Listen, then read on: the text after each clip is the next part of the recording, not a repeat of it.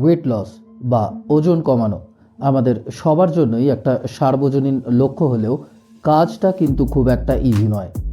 এখন পর্যন্ত আপনারা সম্ভবত বিভিন্ন পদ্ধতিতে চেষ্টা করেছেন, যেমন low carb, no carb, high fat, বা আবার কখনো খাবারের ফ্রিকোয়েন্সি এবং সময় মেনটেন করার মতো ডায়েট থেকে।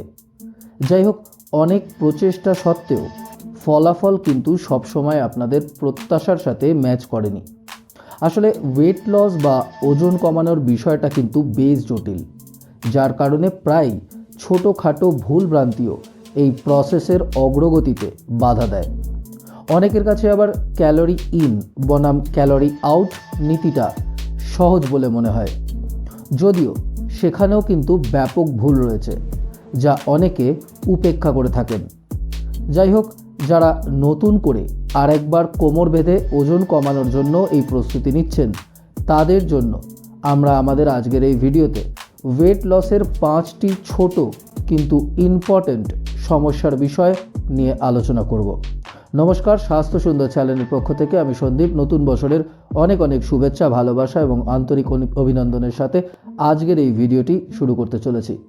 ভিডিওটি ভালো লাগলে অবশ্যই লাইক, কমেন্ট, শেয়ার করার সাথে সাথে যদি না করে থাকেন তাহলে দয়া করে আমাদের চ্যানেলটিকে সাবস্ক্রাইব করতেও ভুলবেন না। ওয়েট লসের প্রথম সমস্যা নিয়ে বলতে গেলেই ক্যালোরি ইনটেকের ব্যাপারটাকে নিয়ে বলতে হয়। আমরা ক্যালোরি ইনটেকের ব্যাপারটাকে বিশেষ গুরুত্ব দিই না। আমাদের দৈনিক ক্যালোরি ইনটেকের ভুল বিচার করা কিন্তু একটা বড় সমস্যা। আমরা প্রায়শই কতটা ক্যালোরি ইনটেক করতে হবে সেই বিষয়ে ভুল গণনা করে ফেলি। অনেকে তো আন্দাজেই তাদের খাওয়া দাওয়াকে কখনো 50% পর্যন্ত কমিয়ে ফেলি। ওয়েট লস বা মেনটেনেন্সের জন্য কতটা কম ক্যালোরিযুক্ত খাবার খেতে হবে তার জন্য কিন্তু প্রতিটা মানুষের আলাদা আলাদা একটা পরিমাপ রয়েছে। তাই এই বিষয়ে অন্ধের মতো কাউকে ফলো না করে একটা ক্যালোরি কাউন্টিং অ্যাপস বা ওয়েবসাইট ব্যবহার করে সঠিকভাবে ক্যালোরির হিসেব করুন। শুধু তাই নয়, প্রোটিন, কার্বোহাইড্রেট বা ফ্যাটের পরিমাণের বিষয়টাও নিয়ে একটু রিসার্চ করে নিন। দেখবেন সাফল্য পাওয়াটা অনেকই সোজা হয়ে যাবে। দ্বিতীয় সমস্যা নিয়ে বলতে গেলে নিজের ডায়েট শেষ করতে নিজেকে বাধ্য বোধ করা।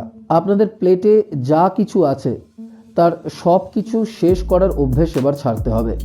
আমরা অনেকেই এমনকি যখন আমাদের পেট পুরোপুরি ভরে যায় তখনও শুধু ডায়েট মেনটেন করতে হবে বলে প্লেটের খাবার শেষ না হওয়া পর্যন্ত থামি না।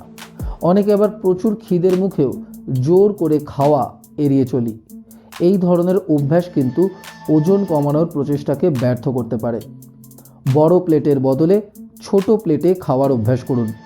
সন্তুষ্ট হলে বন্ধ করে দিন। যাই হোক, অতিরিক্ত খাওয়া সব সময় এড়িয়ে চলুন।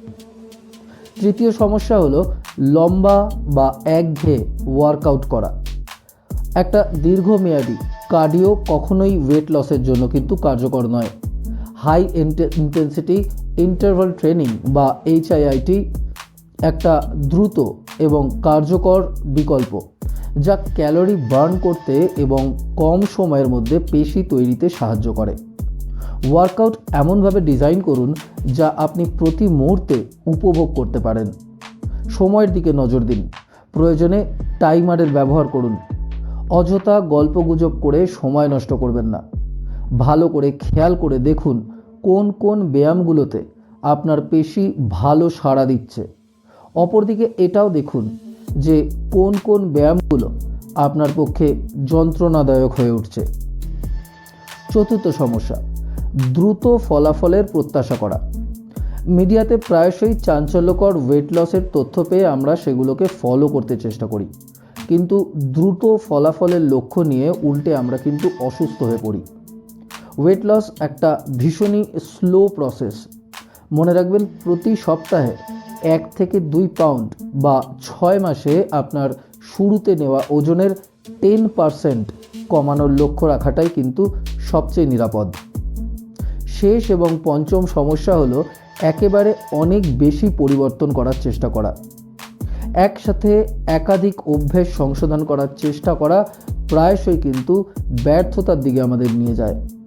পরিবর্তে একবারে একটা অভ্যেস পরিবর্তনের উপরে ফোকাস করুন। ওয়েট লসের জন্য আপনারা যা যা অভ্যাসের পরিবর্তন করার প্রয়োজন তা একে একে চেষ্টা করুন।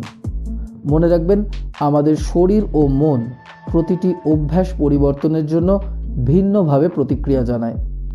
একসাথে সমস্ত অভ্যাস ছাড়তে গেলে শরীর এবং মন দুজনেই কিন্তু বিদ্রোহ ঘোষণা করতে পারে।